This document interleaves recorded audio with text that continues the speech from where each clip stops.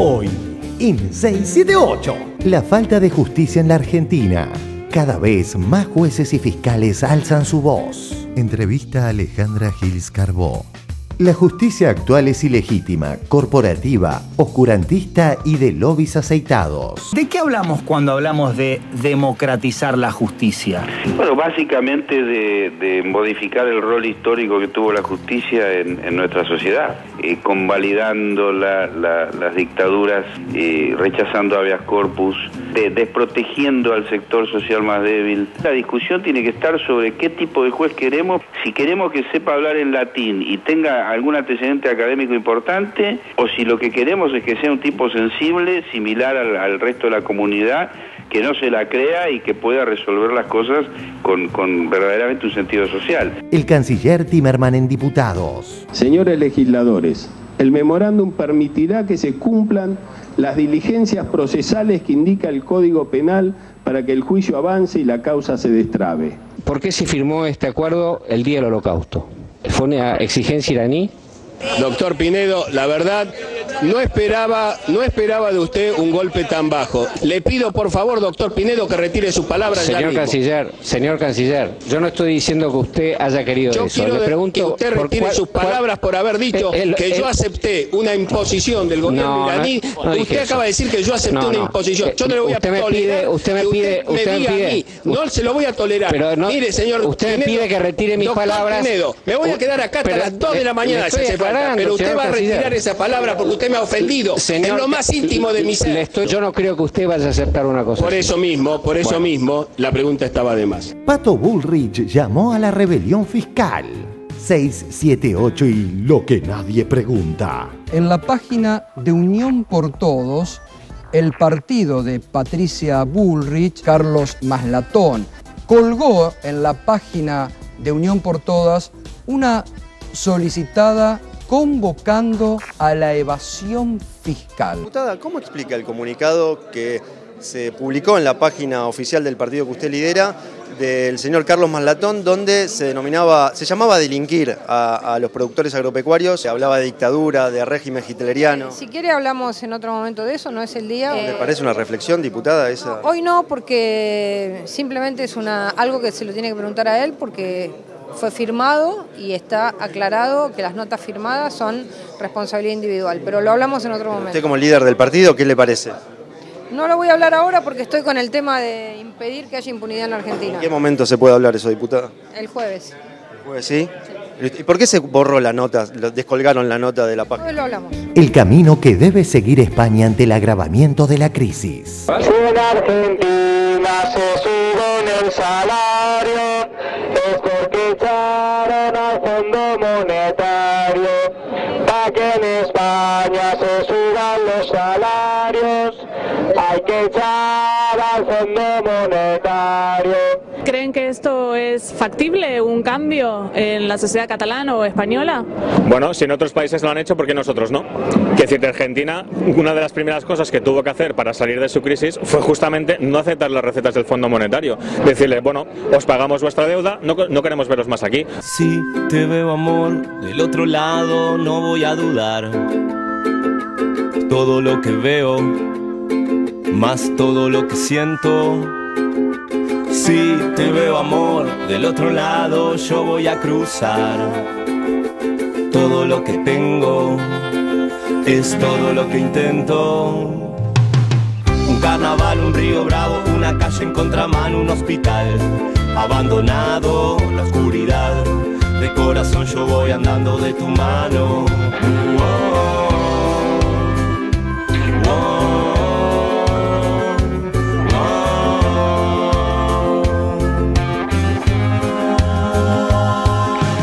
Otro día de plausibles. Notis. Una alianza que se las trae.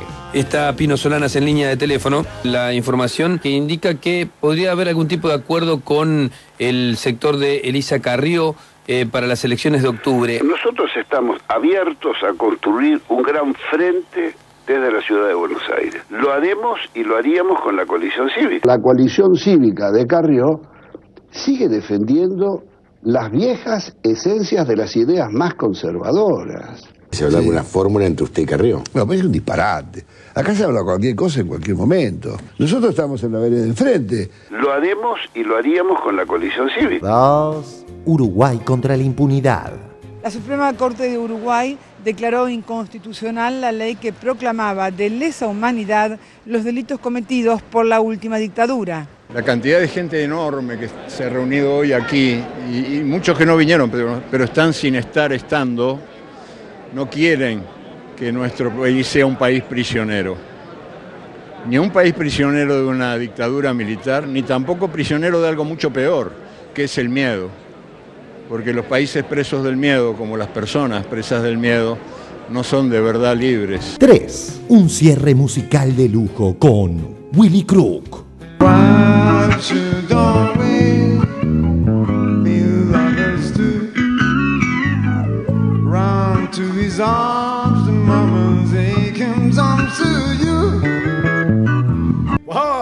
Al frente 678. Si efectivamente fuera el Barça, ¿quién sería Messi? Chelsea se colgó el travesaño, lo criticamos mucho. ¿Por qué no le ganó el Barcelona? La verdad que tuvo 6, 7, 8 situaciones de gol. Salí seguro. 6, 7, 8 situaciones de gol. Te vi haciendo mérito para salir en 6, 7, 8 y... Es cierto, salió. Fue como suele suceder. Llegó. Estaba defendiendo al Barcelona. Al Barcelona creí que era... ¿Cómo está? 6, 7, 8. No, contra el Chelsea llegó 6, 7, 8. Dije, uy. De atrás dijeron, vas a salir. Y salí. Ayer estaba en el medio. Además, de la redacción de La Nación. En 3 pantallas aparezco ahí. ¿Tuvo que dar explicaciones usted? Ninguna. ¿No tiene afinidad con 6, 7, 8 de La Nación? Sí, pero ¿No está bloqueado Canal 7 de La Nación? de ninguna manera. Quedó ahí en el primetime. 18 puntos de rating metí, porque entré enseguida. 2 millones de personas, sí. Sí, señor.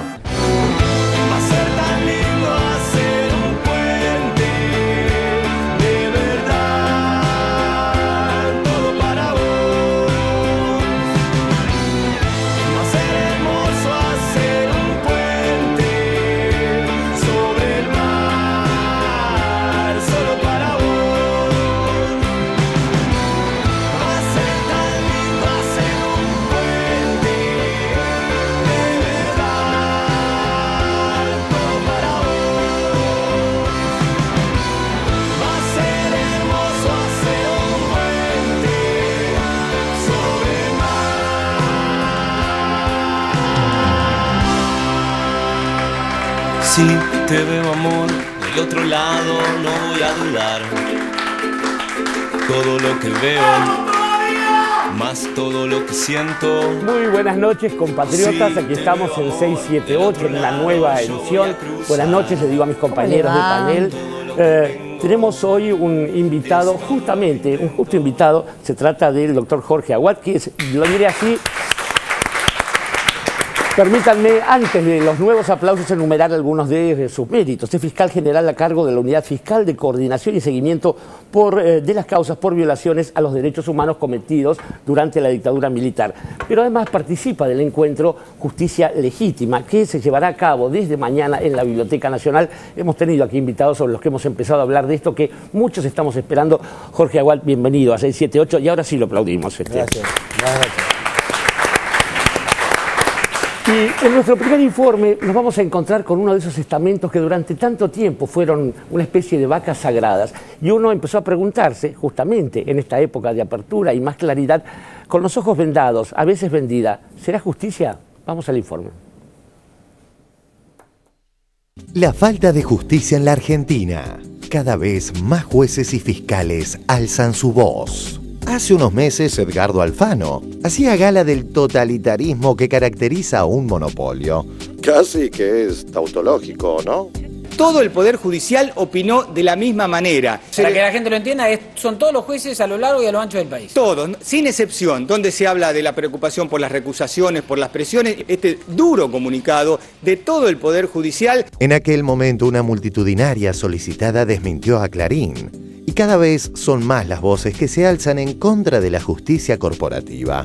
Esta mañana la procuradora Alejandra Gils Carbó y el juez Carlos Rosansky explicaban que dicha falta de justicia va mucho más allá del festival de cautelares dictadas por jueces a los que la parte beneficiada invitó a Miami, caso Clarín de las Carreras, o por jueces con relaciones parentales con una de las partes, caso La Nación Fight. Entrevista a Alejandra Gils Carbó.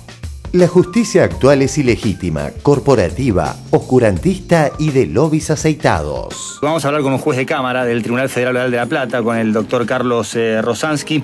Es uno de los magistrados firmantes de la solicitada Una Justicia Legítima. ¿De qué hablamos cuando hablamos de democratizar la justicia?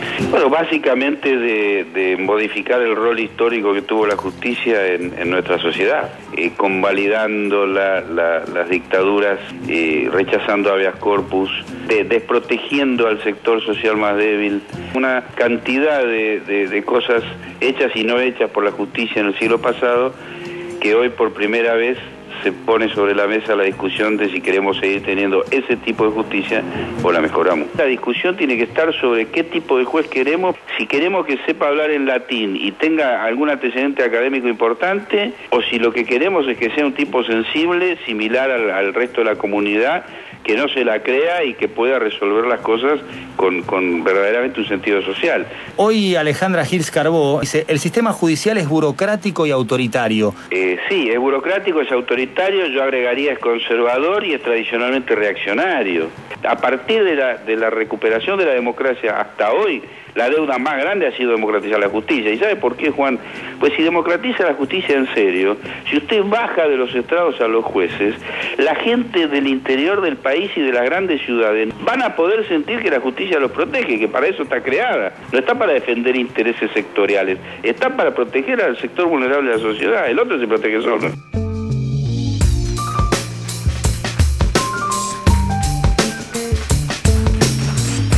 Bueno, según parece, teníamos una justicia legal, pero no legítima. ¿Cómo es este asunto de la justicia legítima, Jorge Agual? Bueno, yo creo que en realidad allí en la nota se habla de un primer comunicado que reivindica un espacio de actuación. Yo lo he dicho en distintas oportunidades, con muchos ditirambos, con muchos bombos y platillos, se habla de la independencia judicial. Y en realidad, a mí me generó eso, una especie de sospecha, me habilitó una suspicacia, porque cuando se habla tanto de la independencia judicial es porque algo raro hay detrás. Y esto es lo que a mí me parece que nosotros reaccionamos todos, casi en cadena, frente a este comunicado que hablaba de la independencia judicial, y la verdad que en ningún momento la vi comprometida la independencia judicial. Incluso me parece que yo siempre recuerdo una frase de Scalabrini Ortiz que decía, hablan tanto, quieren liberar a los argentinos de la intromisión de los argentinos, ¿no?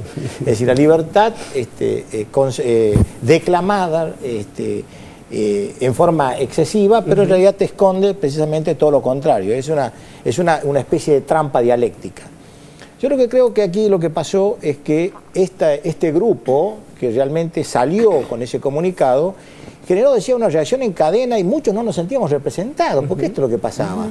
Si en nombre mío también, pues yo soy socio de la Asociación de Magistrados, veo que un día aparece la firma como diciendo, esta es mi expresión, mi pensamiento. Desde luego, esto tiene que ver con la tecnología del poder interno, cómo se maneja, de ese modo. Es cierto que Foucault hablaba del rebaño, ¿no? Hablaba del pastor, hay un poder pastoral, esta es la tecnología del poder de las estructuras corporativas. Se funcionan con una superestructura que de algún modo conduce y define cursos de acción. Y define también opiniones en nombre de todos. Esto, desde luego, nos hizo pensar si hasta dónde nosotros podíamos aceptar semejante situación violenta desde el punto de vista ético incluso y desde el punto de vista intelectual. Yo nunca me sentí representado y lo dije, incluso maliciosamente confundieron en ese comunicado independencia con imparcialidad del juez. Cosa que desde ya no tiene que ver una cosa con otra, es decir, la imparcialidad del juez es un problema que está vinculado al estado intelectual, a la libertad que él tiene para resolver. Y se hablaba de presiones también. Hago esta aclaración porque esto tiene una historia y es bueno que se sepa. Sí. Entonces, cuando se habla de que realmente hay cuando se sale la estructura a reclamar de que no se haga, de que no se los presione, a mí en realidad nunca me preocupó la presión. Porque lo que me tiene que preocupar es qué hace el juez, el juzgador, cómo me garantiza él la imparcialidad. Es su deber. A mí la presión, los conflictos tienen presiones, tienen tensiones internas.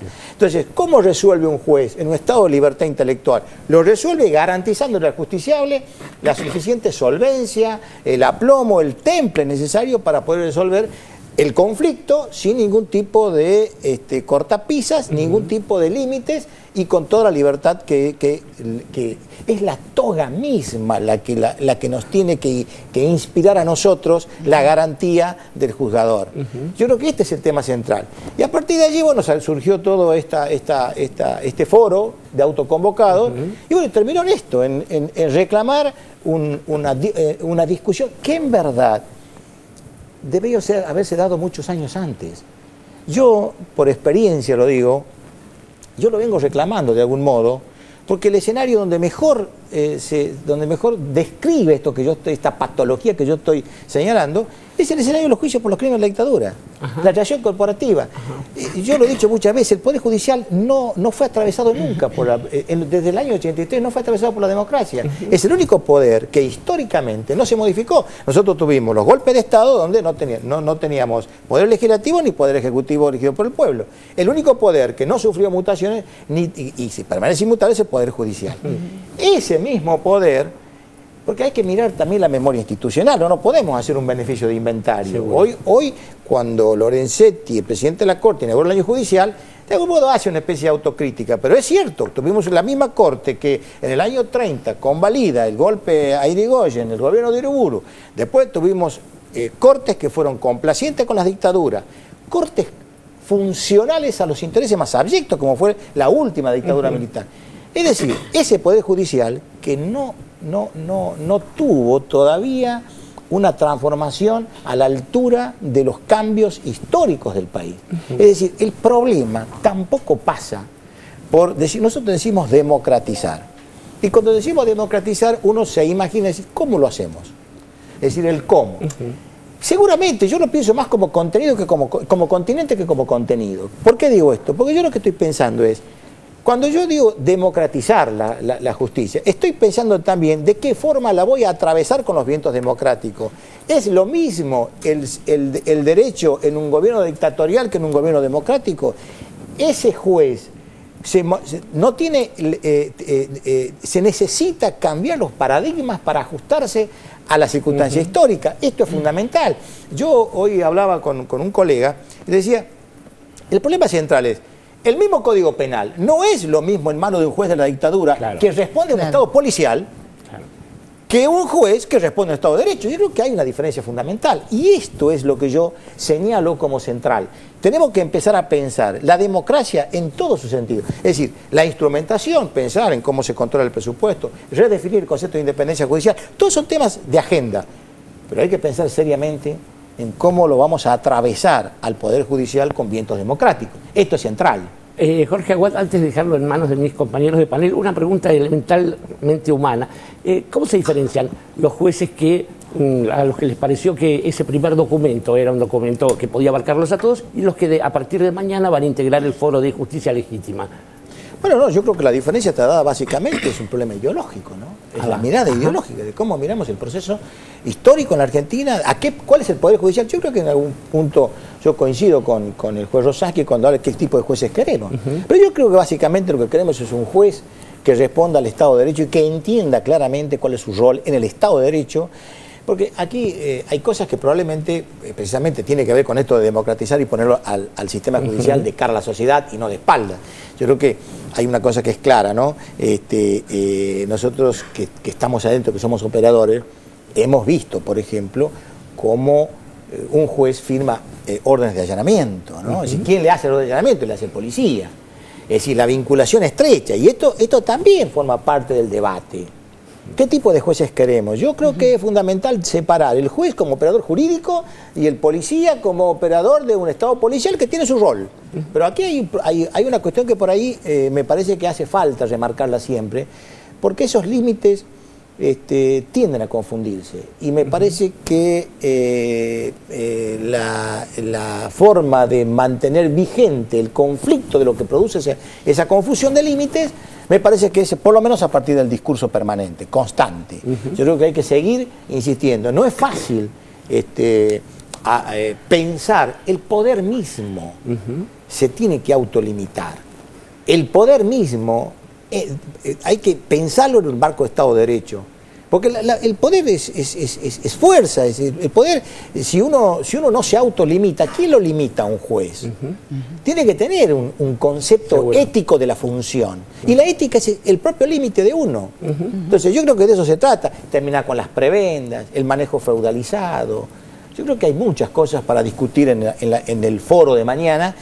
Y yo soy optimista. Yo no sé si realmente hay gente que quiere pensar en el día siguiente. Yo personalmente pienso por ahora en la piedra angular. Después vemos la piedra de toque, pero por ahora la piedra angular es lo que está en discusión. Cintia García.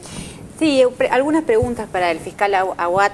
Él, por ejemplo, maneja el seguimiento de los delitos de lesa humanidad, y esto es una creación, un pedido del Centro de Estudios Legales y Sociales en un intento por democratizar la justicia, con lo cual esto viene hace tiempo. Me parece que lo que cambia ahora es el escenario, la foto de época. Este es el momento para hablar de estos temas, pero me parece que su trabajo merece la pena, y lo que usted dice, que el Poder Judicial no ha sido atravesado, para hacer un esfuerzo más profundo en lo que usted está diciendo y hablar puntualmente. Usted fue testigo que durante más de casi 30 años no hubo un procesado por delito de lesa humanidad en Jujuy. Usted llamó a Jujuy la capital de la impunidad.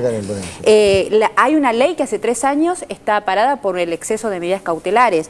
La elección de los jueces y la cuestión de las cámaras de casación, la sala 1 de la Cámara Civil, la elección de los jueces, me parece que por supuesto que las buenas intenciones son formidables en estos documentos, pero digamos, ¿qué van a hacer esta parte de la justicia que alza la voz en este escenario político para generar el esfuerzo de meterle mano a esos hechos puntuales? Bueno, yo creo que básicamente acumular masa crítica es el primer paso, ¿no? Así, yo creo que de eso se trata. Y producir un proceso inflamatorio, yo creo que de eso se trata, hay que empezar a inflamar. Yo creo que esto no hay otra salida, porque yo lo he vivido a esto. Hay procesos inflamatorios. Pero yo le voy a decir una cosa. Usted mencionó, ¿sabe por qué se creó la unidad de coordinación y seguimiento? Porque cada uno de ellos no cumple con su rol. Si los jueces y los funcionarios, los magistrados de poderes judiciales y jurídicos, cumplieran con su rol y con su función y con su misión, nosotros no tenemos ninguna razón de ser. No tendríamos a nadie que controlar ni que seguir. Ese rol lo estamos haciendo porque hay que pensar, bueno, por supuesto que de algún modo la dinámica de los acontecimientos siempre uno va encontrando alguna razón, pero nació en un marco de déficit. La propia Corte también creó a su tiempo, a su turno, otra estructura más o menos similar a la nuestra, que es la Comisión Interpoderes. Claro. Ellos admiten la patología del problema, del sistema. Es decir, nosotros tenemos básicamente, los crímenes de la dictadura han sido quizás el mejor escenario donde se ve claramente las coordenadas ideológicas del sistema judicial. El funcionamiento corporativo. La corporación se defendía a sí misma y era lógico, era entendible. Este problema encerraba a funcionarios y magistrados que tenían vinculación directa con los hechos. Claro. Reaccionaban en forma coordinada y corporativa, defendiéndose entre ellos. Porque de algún modo, Mendoza es un caso claro. Uno de esos jueces, al que nosotros le pedimos el juicio político, hoy está prófugo. Yo no vi ningún pronunciamiento de la corporación, ni siquiera destacando como parte de un problema, de ningún modo, incluso no solamente con respecto a este juez que está prófugo, claro, al juez Romano, no solamente con respecto a él, yo le puedo nombrar un montón de jurisdicciones, varias jurisdicciones, donde tenemos casos similares. Pero de modo que el problema, y además hay otra cuestión que a mí me parece también válido, cuando uno dice corporación, yo tengo mis dudas con que tengamos que pensar a la corporación como un grupo que se pone de acuerdo para defenderse, me parece que es algo más profundo. Hasta es probable que sea la consecuencia del diseño. Claro, es decir, es el diseño del modelo de sociedad y de país. Es un problema estratégico, cumple ese rol. No es que alguien decidió de pronto agruparse corporativamente, es algo mucho más profundo, es consecuencial. Este es el tema central, es consecuencial. Entonces, lo que nosotros tenemos que pensar es cómo opera la corporación. Opera así, por el rol asignado. Esta justicia, hoy a 150 años de la Corte, el desprestigio del sistema judicial tiene que ver con ese rol aislado de la sociedad, porque ese era el rol que le asignaron. Un juez aislado. Por eso el desprestigio también, por eso no está en el imaginario colectivo el juez. Usted le pregunta, ¿y el juez qué me va a atender? Está ocupado. Hacete amigo del juez. Y también los disvalores esto, porque para nosotros lo que quedó es lo del viejo Vizcacha, no lo de Martín Fierro. Pero bueno, de todos modos, claro, en definitiva terminamos convalidando los disvalores. De la inflamación, sí. Claro, pero el tema pasa por ahí. Hay que pensar también que cortar eso, digamos, la vivisección histórica va a pasar por el grado de compromiso que nosotros podamos asumir. Yo por eso creo que, vea, yo le digo algo, no sé qué va a pasar pasado mañana, pero yo creo que mañana empezamos a alborotar el gallinero, y esto no es un dato menor. No es un dato menor, y Sandra Russo seguramente va a colaborar con esa especie de actitud del zorro, ¿no? Sí, yo me quedé con esto de qué jueces queremos, y me llamaba la atención ver en el informe recién al juez Rosansky hablar de sensibilidad, de que necesitábamos jueces con sensibilidad. Me llamó la atención porque hoy leí el reportaje a la procuradora Gils Carbó en página 12 y dice algo muy parecido. Dice que desea fiscales sensibles. Entonces, cuando se le pregunta qué quiere decir con eso, porque bueno, gente sensible es en esta coyuntura, en este contexto, es interesante ver qué se quiere decir con sensibilidad, y la respuesta de Gils Carbó es gente con vocación de servicio y no con conciencia de privilegio, de alguna manera, claro, que es un poco lo que usted está diciendo. Sí, porque claro, en realidad la palabra para decir tributario es una idea más emocional, ¿no? Y en realidad es mucho más profundo, sensibilidad en el sentido social, en el sentido de decir, la ética del funcionario, resolviendo un conflicto con todos los valores en juego, y yo creo que este es el cometido. Yo creo que el reportaje, ella en realidad lo que hace es describir una realidad. Ella describe, describe. Y en rigor de verdad, yo le decía, si nosotros salimos a la calle y le preguntamos a la gente, no va a decir lo mismo. No va a decir lo mismo. Esto es lo que piensa la sociedad. ¿No? El discurso intramuros nuestro no es el discurso que se comunica a la sociedad. Si está hablando de comunicación real. Es decir, me parece que hay hay un cometido histórico que nos debemos, yo creo que desde el 83, desde la democracia, desde que nació. Yo siempre dije, cuando hablamos de transición democrática, hablamos del gobierno de Alfonsín. Pero resulta que cuando hablamos pero el único poder que no pasó por ninguna transición es el Poder Judicial. Es decir, esto no es una cuestión menor. Yo creo que hay que mirar, hay que hacer un buen diagnóstico para empezar la terapia, ¿no? Ciertamente. Entre los refutadores de leyendas, Dante Palma tiene la última pregunta antes que pasemos a otro tema, por favor. Sí, a ver, espero que sean... no son de mucho desarrollo, pero uno sería... A ver, cuando Rosansky hablaba de eso, democratizar la justicia, que operativamente eso, brevemente, ¿cómo podría funcionar? ¿Sí? ¿Qué significa eso? Más allá de la cuestión de la sensibilidad, etcétera, pero eso ¿qué significa? ¿Cambiar la forma de selección? ¿Hacer alguna variante en el Consejo de la Magistratura? Probablemente sea... yo creo que, por eso decía, hay una cuestión meramente instrumental y una cuestión mucho más sustancial, mucho más sustantiva. Creo que desde lo instrumental seguramente va a haber que tomar algún tipo de medidas. Está el Consejo de la Magistratura. Vea, yo alguna vez definí el Consejo de la Magistratura como el airbag del sistema, ¿no? Lejos de resolver los problemas es el airbag del sistema. Claro. Termina siendo el colchón donde todo el mundo encuentra su salvación. Claro. Entonces yo creo que esto no es una cuestión menor. Y lo digo porque lo padecí. Yo tuve un caso en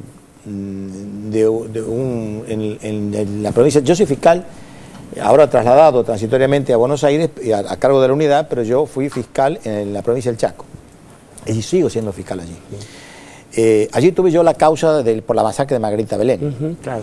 En esa causa hubo una situación procesal, un habeas corpus que la Cámara, en forma vergonzosa, oprobiosa, una cosa que jurídicamente absolutamente inadmisible, no hay un libro de derecho que pudiese dar algún tipo de razón. Los libera a todos con un habeas corpus, una discusión absolutamente fuera de lugar. Y a raíz de esa resolución de la Cámara yo le formo causa por prevaricato. ¿En qué terminó? En nada.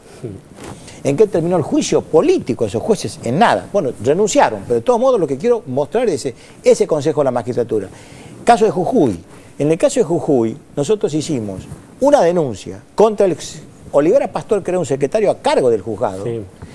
Durante 3 años, esa causa estaba en manos de un consejero y nunca tuvo trámite. Yo creo que estas son las cuestiones. Por eso, probablemente, una de las formas es empezar a revisar cuáles son las agencias que se van a hacer cargo del cambio. Hay que empezar a pensar en la estrategia para cambiar. No es una discusión menor, decir, vamos a discutir mañana si los jueces los elegimos. No, esto es una cosa profunda. Hay que empezar a instalar en cada agencia el rol que le corresponde para empezar a conjugar un verbo común. Me parece que esto es central. En ese sentido, Jorge Aguad, es cierto que para conjugar un verbo, el verbo tiene que ser común, la lengua tiene que ser la misma, igual que en la química. El agua y el aceite no se mezclan, pero vamos a ofrecerles un multiple choice porque hay ciertas alianzas que se están gestando. Algo se está gestando, se siente al respirar. Fusión de secciones en 678. Novedades de la OPO deshilachada y opciones múltiples. Como decíamos en aquel mítico 2009, nada más lindo que fusionar secciones. Vuelven hoy las novedades de la OPO deshilachada formateadas en opciones múltiples. En tiempos colonizados, la sección se llamaba Multiple Choice, ¿recuerdan? La pregunta es: ¿qué 2 políticos de renombre están a punto de sellar la más impensada de las alianzas? A. De Narváez Donda. B. Del Cel Altamira. C.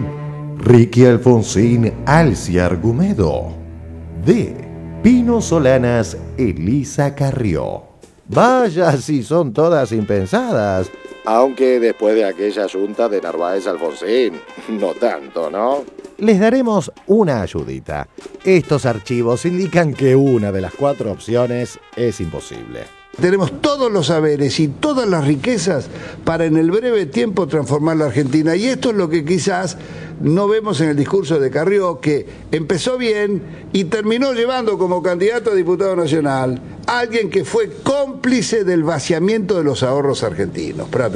La coalición cívica de Carrió sigue defendiendo las viejas esencias de las ideas más conservadoras. Uno escucha a Carrió y escucha a Morales y la verdad son la derecha militante, grosera y torpe.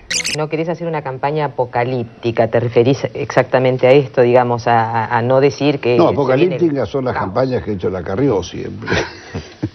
Hablo de partos monumentales y cada vez más dolorosos y esas cosas que...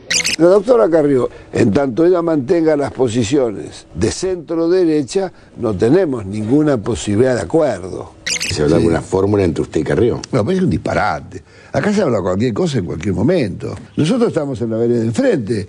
¿Con Carrió por qué no? ¿Hay mucha diferencia con Carrió? ¿De qué estamos hablando? La memoria es corta. ¿Sabés que voy a hacer un gran negocio? Voy a poner una fábrica de tónico para la memoria, contra el olvido. Y tras la ayuda, vamos a la respuesta. La alianza política que se viene es... Está Pino Solanas en línea de teléfono. La información que indica que podría haber algún tipo de acuerdo con el sector de Elisa Carrió para las elecciones de octubre. Nosotros estamos abiertos a construir un gran frente desde la ciudad de Buenos Aires. Lo haremos y lo haríamos con la coalición cívica. La coalición cívica de Carrió sigue defendiendo las viejas esencias de las ideas más conservadoras. ¿Se habla de alguna fórmula entre usted y Carrió? No, pero es un disparate. Acá se habla cualquier cosa en cualquier momento. Nosotros estamos en la vereda de enfrente. Lo haremos y lo haríamos con la coalición cívica. Esto es lo que yo digo. Acá hay que construir un gran frente que pueda enfrentar al macrismo y también vencer al gobierno nacional en la ciudad de Buenos Aires. ¿En ese frente no hay ningún límite? Se lo pregunto simplemente por las posturas que tiene Carrió en los últimos años y por el marco de alianzas que ha establecido, que parece más una fuerza de centro-derecha que de centro-izquierda. Bueno, pero las bases... nosotros tenemos diferencias, pero la base de la coalición cívica no se ubica en el centro-derecha, se ubica en el centro-izquierda. Carrió son la derecha militante, grosera y torpe. La doctora Carrió, en tanto ella mantenga las posiciones de centro-derecha, no tenemos ninguna posibilidad de acuerdo. La base de la coalición cívica no se ubica en el centro-derecha, se ubica en el centro-izquierda. Ahora, ¿se puede construir un frente electoral sobre la base de un punteo ideológico de total identificación? Y esto creo que es utópico. O sea que no hay que descartar una suerte de alianza Pino Solanas, Elisa Carrió. No, pero no solo, no solo. Buah, como vemos, cuando de la OPO deshilachada se trata, 2 y 2 bien pueden sumar 14. ¿De qué estamos hablando? La memoria es corta. ¿Sabés que voy a hacer un gran negocio? Voy a poner una fábrica de tónico para la memoria, contra el olvido.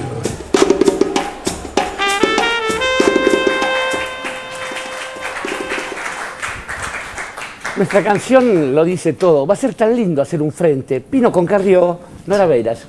Sí, bueno, creo que la realidad política en la Argentina siempre supera la ficción que uno puede llegar a imaginar, pero me parece que, la verdad, si uno se atiene a los resultados de las últimas elecciones, el frente de Pino Solanas no llegó a poder presentarse en su candidatura en la Ciudad de Buenos Aires porque no pasaron las primarias, ¿no? Es cierto. Es decir, que el electorado de la Ciudad de Buenos Aires fue claro en esa definición. Elisa Carrió sacó menos votos que el Partido Obrero, ¿no? Teniendo en cuenta la legitimidad que tienen todos de presentarse a elecciones. Pero estamos hablando de dos candidatos que han tenido, por lo menos en los últimos comicios en la Argentina, muy poca representatividad electoral. Es decir que, y el electorado creo que se da cuenta de esto, ¿no? Este saltimbanqui que en forma jocosa Solanas habla de tónico para la memoria. En realidad lo que está demostrando es que no hay ideas concretas, no hay un proyecto posible. Digamos, hablar de una base de centro-izquierda y después se construye por centro-derecha con Prat Gay aliándose con Donda y tratando de ver cómo se acercan al radicalismo, cuando Solanas lo que hizo todo desde que, digamos, se pronunció su carrera política fue alejarse del radicalismo como una fuerza conservadora y evitar cualquier tipo de alianza en ese sentido, razón por la cual en su momento se había roto con Chacho Álvarez, ¿no? En los albores del Frepaso. Entonces me parece que esto está hablando de manotazos de un sector que quiere reclutar un electorado antikirchnerista en la Ciudad de Buenos Aires, no macrista, y trata de ver si puede por ahí lograr algo, pero creo que es muy difícil pensar que esto pueda tener una solidez política de un proyecto alternativo en algún sentido. A mí me extrañó esta idea de las bases que son de centro-izquierda al que se les puede ofrecer un candidato de centro-derecha. ¿Eso se llamaba de algún modo, Cintia? Recuerdo algunas frases de Pino Solanas cuando me parece que empezó a desbarrancar hace tiempo, cuando dijo, por ejemplo, que el primer derecho humano era el derecho a la seguridad. Pero hay un bellísimo tango de Pino Solanas que escrito por él que se llama Solo, que les voy a leer solamente una frase.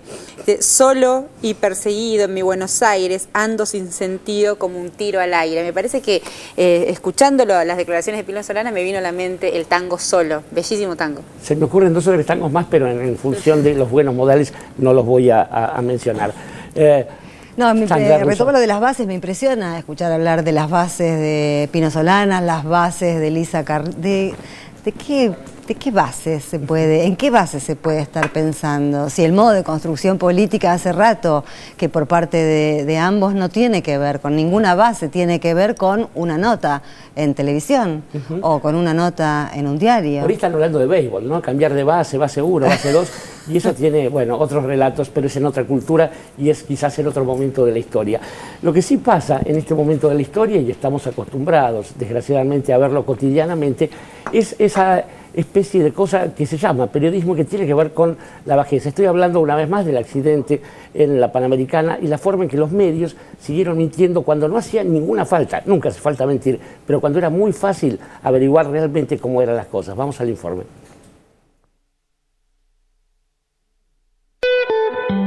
El accidente en la Panamericana del que se habla mucho más que de otros. Otra vergonzosa mentira de los medios.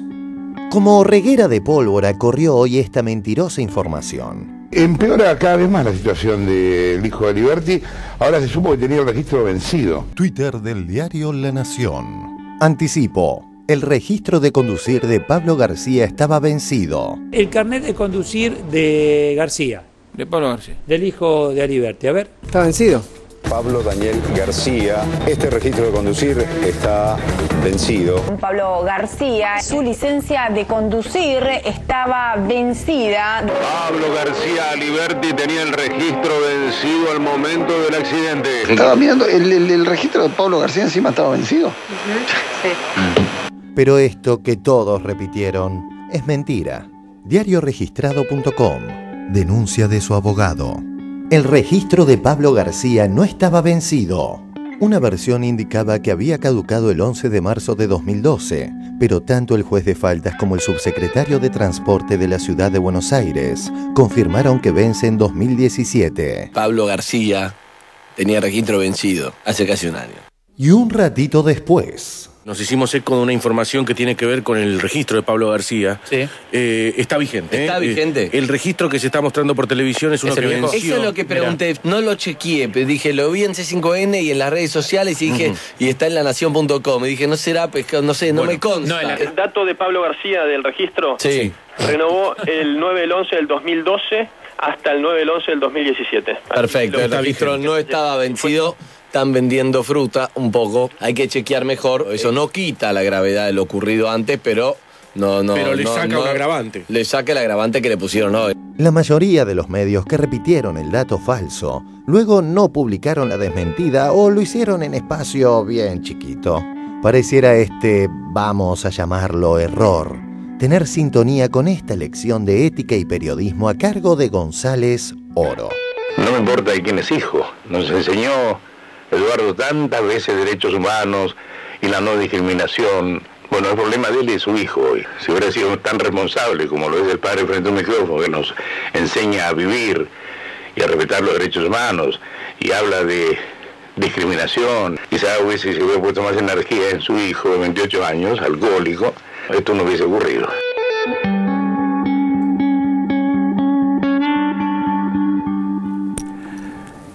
Confesaré que me cuesta reaccionar racionalmente, así que le cederé la palabra a Sandra Russo. Es que es impresionante, porque parece que fueran, que no pudieran detenerse en esta inercia de la mentira y de la estigmatización. Lo que pasó fue lo suficientemente grave como para que se regodeen sin necesidad de apelar a las mentiras, y sin embargo inventaron lo del chiste del peaje, ahora inventan esto. Vemos a gente que sabemos que no es malintencionada, como Andy, por ejemplo, repetir cosas que salen en las redes sociales o en La Nación, de modo que vuelvo al concepto de inseguridad informativa. Estamos en un momento en el que escuchemos lo que escuchemos. Donde lo escuchemos no lo podemos creer y tenemos que hacer un circuito de credibilidad personalizada, individualizada. Sí. Es muy complicado. Hay gente que sabe que las cosas son mentiras, tengo para mí, y sigue diciéndola. Cintia García. El ejercicio del periodismo que tiene fuentes policiales es muy complejo. Los periodistas, cada vez que tocamos un tema policial, lo tocamos mal. Porque es muy... Primero que los temas penales, acá el fiscal Aguat me dirá si estoy equivocada, no se analizan desde el sentido común, porque uno no sabe lo que sucede, si la bicicleta si podía estar ahí, si había infracción de tránsito, si el dosaje en alcohol, digamos, tantos detalles hacen a una causa judicial, el proceso judicial va por mecanismos tan complejos que hacen a la inocencia o a la culpabilidad, al reproche o al no reproche de una persona, que el periodismo lo ha tratado siempre mal, pero de la peor manera, porque además somos expertos en utilizar el dolor de la víctima. Y esto se llama, bueno, vos le decías bien, Sandra, pero Zaffaroni lo tipificó como criminología mediática. Han hecho un uso y un abuso de la familia de este pobre hombre. El hecho ya de por sí gravísimo, no le quitamos gravedad al tema, la justicia decidirá, pero la paternidad de Eduardo Aliberti sobre Pablo García hizo que el eje de la criminología mediática se ensañara con este hombre. No solo este dato no es cierto. Ayer la noticia era que Pablo García se había declarado en rebeldía y en realidad no fue a la justicia de faltas porque a la misma hora estaba citado para el peritaje médico. La percepción es que Eduardo Aliberti de alguna manera está haciendo un ruego para que, no solo para que se desmienta lo que hay que desmentir, sino en todo caso para que se haga un trato igualitario, para que no entremos en esta utilización carroñera del dolor de la víctima. Y dejando de lado el nombre de Eduardo, porque también hay que evitar esto, ¿no? Doctor Aguad, hay un divorcio, ¿no?, entre lo que es la ley. Pareciera que hay dos expedientes. Eso. Hay un expediente que está en la sociedad o que se pretende instalar en la sociedad con un imputado distinto. Hay dos imputados. Claro, exactamente. Así que este es el problema central. Y esto yo estoy hablando como lector, es decir, y yo creo que en ese sentido, bueno, cada expediente tiene su propia motivación y su propio objetivo. Lo que sí tengo claro, y a mí eso sí me preocupa, que es que expedientes de este tipo no tienen dos puntas. Los une a ambos el dolor profundo. Es decir, hasta el propio, cuando uno hace una lectura, el victimario también está sufriendo. Y sufre la víctima. Porque yo creo que este es el sentido de mirar el conflicto en profundidad. Es decir, hay discursos que tienen su anclaje en cuestiones ideológicas y aparece de algún modo, que no es este caso, está instalado, la falacia, la antinomia falsa entre seguridad y garantía, entre seguridad y Estado de Derecho. Es decir, pareciera como que van por cuerdas separadas, que son que es un dilema, y no es un dilema. La seguridad tiene marco de Estado de Derecho. Cuando uno tiene esa coordenada ideológica y logra amalgamar ambos conceptos, me parece que allí es donde empieza a resolverse el conflicto, ¿no? Desde entender de cuáles son, digamos, cuál es la verdad real, la que estamos averiguando. Yo creo que en este sentido, por eso digo, si tuviese que mirar, diría que hay dos expedientes con dos imputados. Da la misma impresión, sí, Dante. No, es que yo haría como una pregunta, y es que, si más allá del ensañamiento por ser el hijo de, digamos, ¿no?, que eso está claro, pero no hay algo así, además, como una lógica mediática, independientemente del caso Aliberti, es decir, de generar una suerte de una ciudadanía indignada. O sea, el malo tiene que ser muy malo, tiene que ser malo todo el tiempo, tiene que haber estado borracho, tiene que haber hecho el chiste, tiene que no haberse presentado, tiene que estar vencido, ¿no? No, pero no solo todo eso que decís con el énfasis necesario, sino que eso del uso de la mentira para generar eso no se ve solamente así. Hubo una reunión en la comisión, el plenario de comisiones de la Cámara de Diputados, sobre el memorándum de entendimiento entre la Argentina e Irán, que ya tiene media sanción en el Senado. El cruce de palabras que hubo entre las explicaciones del canciller Timerman y, ¿cómo llamar al otro?, chicanas. Veamos el informe. El acuerdo con Irán. Timerman en diputados. Timerman no irá a la Cámara de Diputados a defender el acuerdo de Argentina con Irán, deja eso en manos de los legisladores. Timerman no va a ir a la Cámara de Diputados a dar explicaciones. Diario La Nación del 15 de febrero de 2013. Timerman no irá a diputados a defender el memorándum. Diario Clarín del 26 de febrero de 2013. Héctor Timerman no asistirá al plenario de comisiones en la Cámara Baja según dispuso el bloque K. Twitter de Patricia Bullrich. Timerman no vendrá a diputados. Twitter de Laura Alonso. Timerman no viene a diputados porque no puede sostener el pacto de impunidad con Irán. habla de su nula estatura política. Vamos a ver lo que sucede en el anexo de la Cámara de Diputados. Saben ustedes, hoy va a concurrir una vez más el canciller argentino Héctor Timerman para dar las explicaciones pertinentes respecto del memorándum del acuerdo entre Argentina e Irán. Timerman no irá a la Cámara de Diputados a defender el acuerdo de Argentina con Irán. Timerman no va a ir a Cámara de Diputados a dar explicaciones. Timerman no irá a diputados a defender el memorándum. De la larga jornada en comisión del día de hoy, se destacan el rol de algunos legisladores que apelaron a la chicana y mostraron una profunda desinformación sobre el tema. Señores legisladores, el memorándum permitirá que se cumplan las diligencias procesales que indica el Código Penal para que el juicio avance y la causa se destrabe. ¿Por qué se firmó este acuerdo el día del Holocausto? ¿Fue una exigencia iraní? Doctor Pinedo, la verdad, no esperaba de usted un golpe tan bajo. Le pido por favor, doctor Pinedo, que retire sus palabras. Señor canciller, yo no estoy diciendo que usted haya querido eso. Le pregunto que usted retire sus palabras por haber dicho que yo acepté una imposición del gobierno iraní. Usted acaba de decir que yo acepté una imposición. Yo no le voy a tolerar. Usted me pide. No se lo voy a tolerar. Pero no, mire, señor usted me pide que retire mis palabras. Pinedo, me voy a quedar acá hasta las 2 de la mañana. Pero usted va a retirar esa palabra porque usted me ha ofendido. Señor, en lo más íntimo de mi ser. Yo no creo que usted vaya a aceptar una cosa por así. Eso mismo, la pregunta estaba de más. La chicana del Holocausto, que realmente no es una chicana, me ha ofendido en lo más íntimo de mi ser, señor. Le pido por favor. ¿Por qué no ofendió? Se ve que a ustedes no le mataron a nadie en el Holocausto. Se ve que a ustedes no le mataron a nadie en el Holocausto. Sigan así, sigan incendiando, sigan tirando nafta, utilicen el Holocausto para sus fines políticos.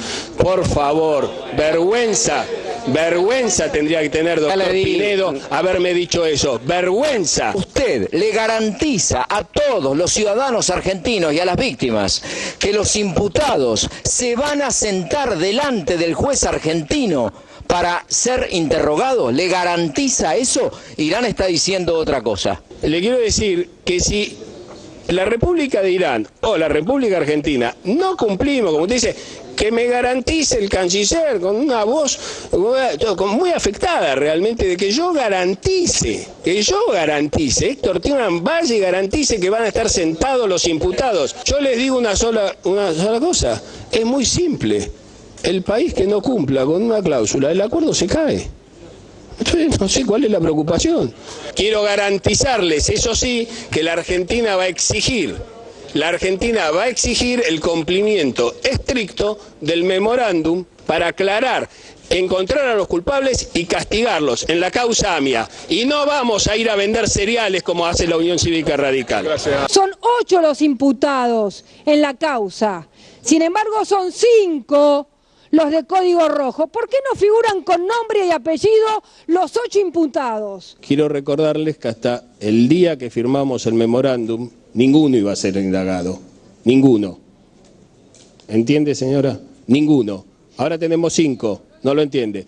La diferencia entre 0 y 5 no la entiende. Bueno, hay una diferencia, señores diputados, entre no poder indagar a nadie e indagar a 5, que abre posibilidades muy importantes para la investigación. No es lo mismo no poder interrogar a ningún imputado que interrogar a 5 imputados. Y tal vez la indagatoria, los interrogatorios que vamos a llevar adelante en Teherán nos permitan juntar más evidencia para poder que estos 3 que están imputados en la Argentina sea reconocido por Interpol como que también merecen una alerta roja. ¿Entiende? No es lo mismo no poder interrogar a nadie que interrogar a 5. Para cerrar, escuchemos las palabras de Gerardo Ber, integrante de la Asociación Familiares y Amigos de Víctimas de AMIA. ¿Por qué de repente, cuando todos nosotros coincidimos, de que el gobierno de Néstor Kirchner y el gobierno de la presidenta Cristina fueron los que más aportaron cosas para la causa, de repente no le damos un pequeño voto de confianza? Esta era una persona llena de vida, tenía 31 años, se lo llevaron, como se llevaron a las otras 84 víctimas.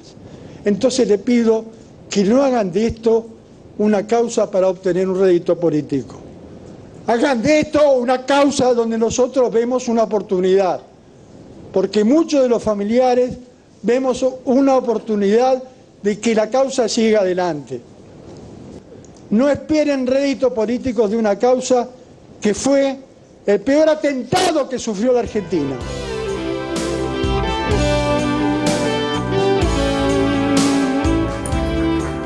Es difícil a veces describir y enumerar tanta miseria y tanta falta de argumentos, aunque bien podríamos decir que el debate entre la oposición y el canciller terminó empatado 5-0.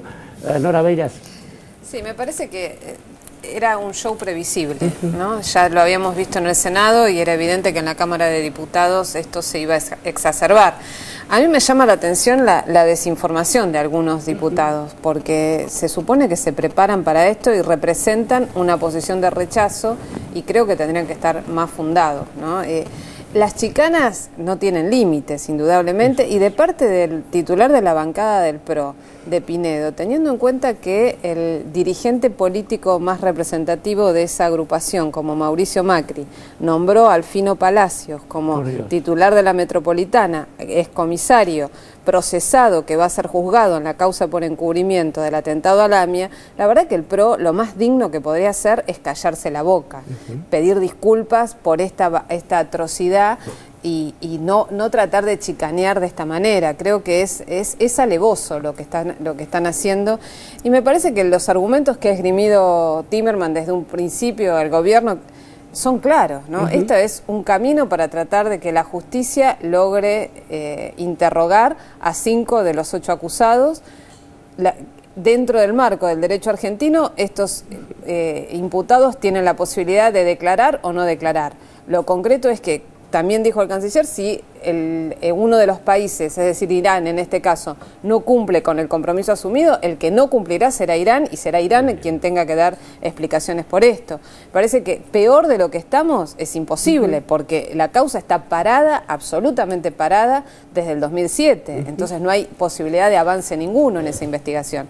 Creo que hay realmente una utilización política muy fuerte frente a un país que tiene realmente una imagen internacional también muy cuestionable, sobre todo por el negacionismo del presidente de Irán, que obviamente hace más dificultosa cualquier negociación. Pero también es cierto que, bueno, tenés a Irán en la vereda de enfrente acusado, no tenés, como ya lo han dicho hasta el hartazgo distintos representantes del oficialismo, no está Suecia acusada en este juicio por supuestamente haber organizado el atentado a la AMIA, ¿no? Sí, en cualquier caso, la referencia al holocausto es realmente de una bajeza inconcebible. Cintia García.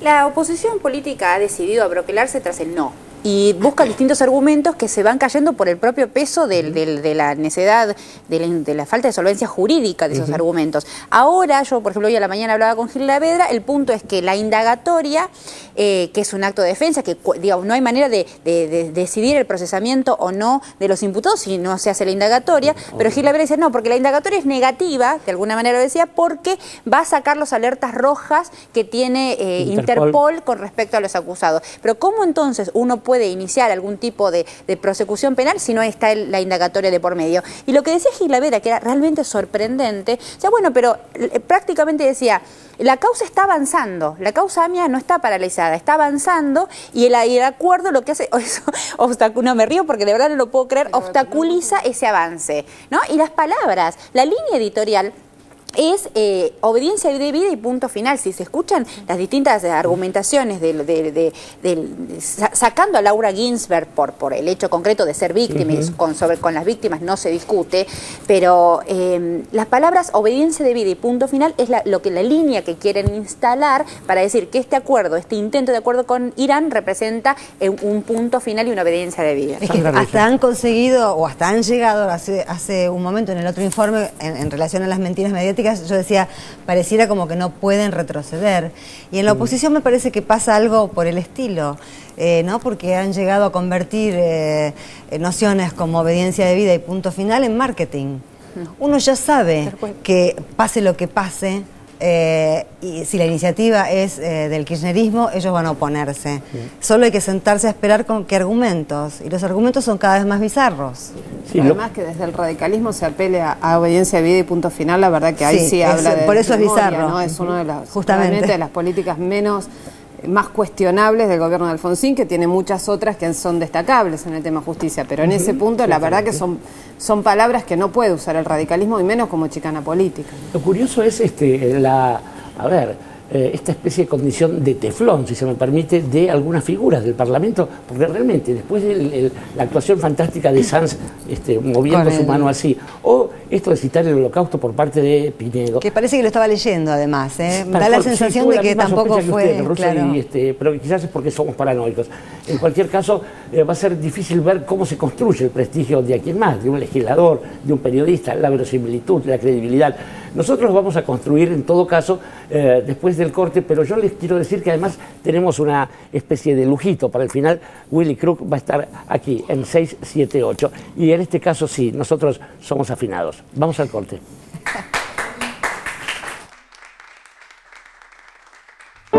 Ya son miles las casas del programa Procrear que están en construcción. Y cada casa es un trabajo en equipo. Se hacen con el esfuerzo de la gente que trabaja el aluminio. Saluden, muchachos, para hacer los marcos de las ventanas por donde entra el sol. Y el de Julia, del vivero del barrio, donde están las flores que adornan esas ventanas. Las 100.000 casas del programa Procrear están hechas de lo mismo, trabajo. Y pronto van a generar miles de puestos de trabajo argentino que hacen que cada día crezcamos un poquito más.